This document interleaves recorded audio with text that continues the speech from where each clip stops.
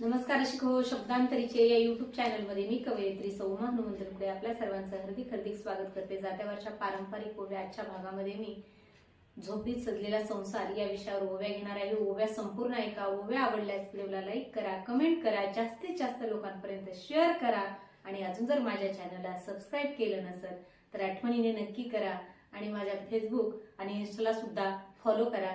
चला तर मग ऐका ओव्या। गवताच्या झोपडीत, गवताच्या